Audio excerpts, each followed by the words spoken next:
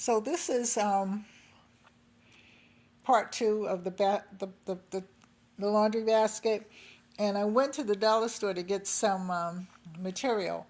Not material, but it's like the plastic that they use for painting to put in because I was going to put regular material in, but I realized that if you put material in a basket and you throw a laundry basket and you throw something wet in there, it's going to sour. So that plastic material is much better for it.